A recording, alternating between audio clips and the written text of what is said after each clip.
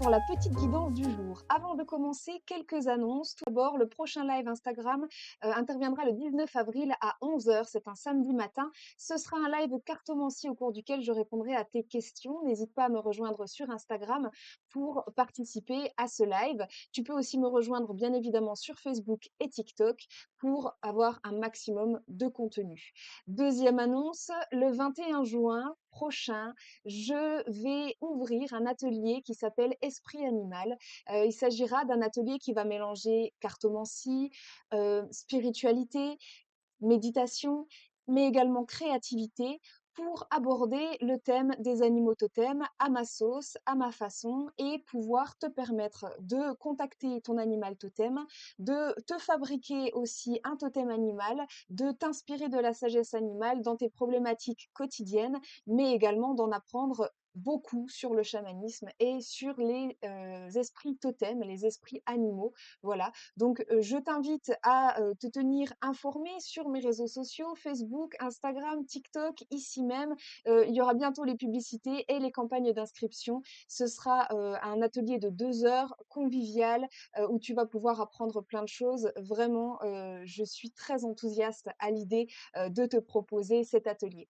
Troisième annonce, je serai les 3 et 4 mai prochains, place Granvelle à Besançon pour tirer les cartes au cours du festival Ludinam. J'ai été généreusement invitée par le Calice Enchanté.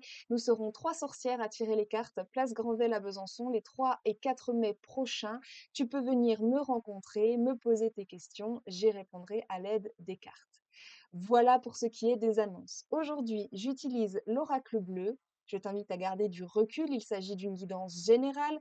Garde ton discernement afin de ne prendre que ce qui résonne naturellement avec tes circonstances personnelles. Je te rappelle que la cartomancie n'est pas une science exacte. Je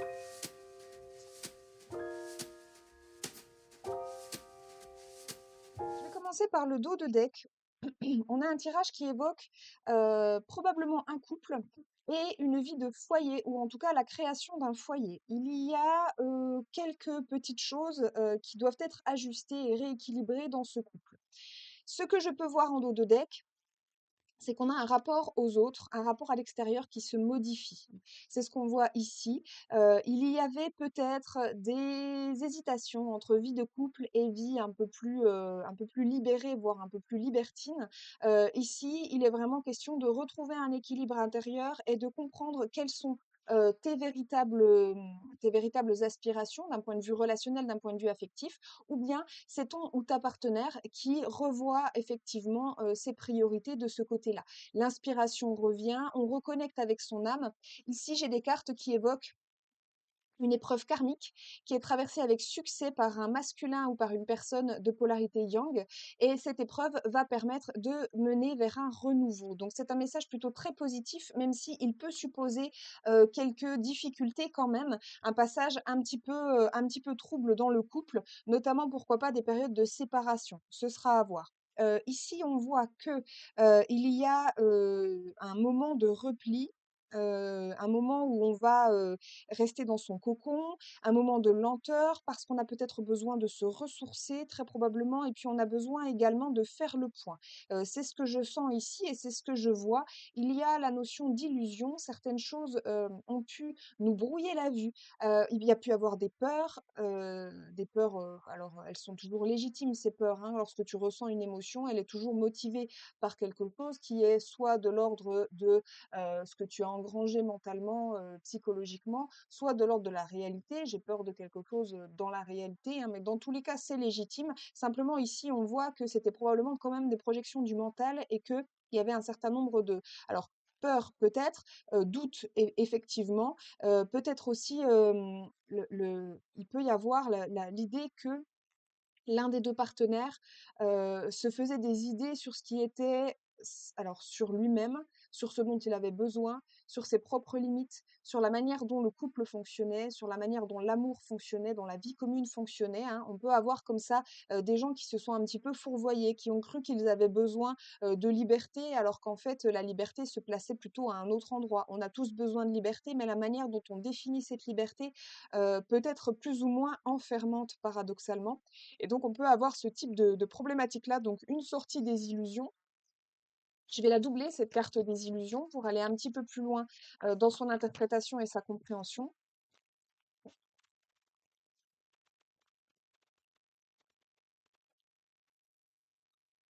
Il y avait aussi probablement la notion d'apprendre ah oui, c'est beau ça, d'accord, d'accord, d'accord. Il y avait probablement aussi, la notion d'illusion de la séparation.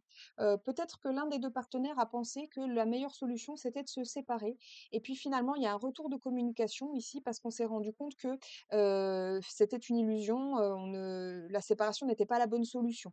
Ceci dit, la séparation a quand même eu des fruits extrêmement positifs parce que ça a permis toute une gestation et toute une maturation de certaines idées et de certains sentiments qui vont permettre d'apporter une belle abondance. On voit que le retour à la communication et surtout le retour, d'une belle relation entre les 2 partenaires peut intervenir à peu près en été, ici, courant de l'été, au début ou courant de l'été, voilà et que derrière on aura, un très bel engagement puisqu'il est question de loi et d'âme sœur et au milieu j'ai l'espoir, la carte 17 qui correspond à l'étoile dans le tarot traditionnel donc ici, pour le coup, on a vraiment une très, très belle issue pour cette situation. Je pense qu'on a vraiment, la notion de réconciliation. Réconciliation avec l'autre, mais il y a aussi un processus de réconciliation avec soi-même et avec son chemin, avec ce qui nous convient, avec notre alignement. Quelle est notre place, notamment relationnellement, mais aussi quelle est notre place, dans le monde et dans le chemin d'âme. J'ai le sentiment qu'il y a des gens qui se sont accrochés au passé et à leur identité passée comme si elle était encore d'actualité et qui n'ont pas compris qu'ils avaient évolué, qu'ils avaient changé, qu'ils en étaient arrivés à un autre stade. Et en fait, il y a toute cette compréhension qui se fait. Ma vie d'avant ne peut plus me convenir. Et peut-être que cette séparation a permis aussi de retourner à certains comportements de la vie d'avant et de comprendre dans sa chair que on n'est plus du tout aligné avec cette posture-là, avec ces situations-là. Il y a vraiment un très bel apprentissage ici. Alors, je vais continuer un petit peu. Qu'est-ce qui se passe au cours de l'été?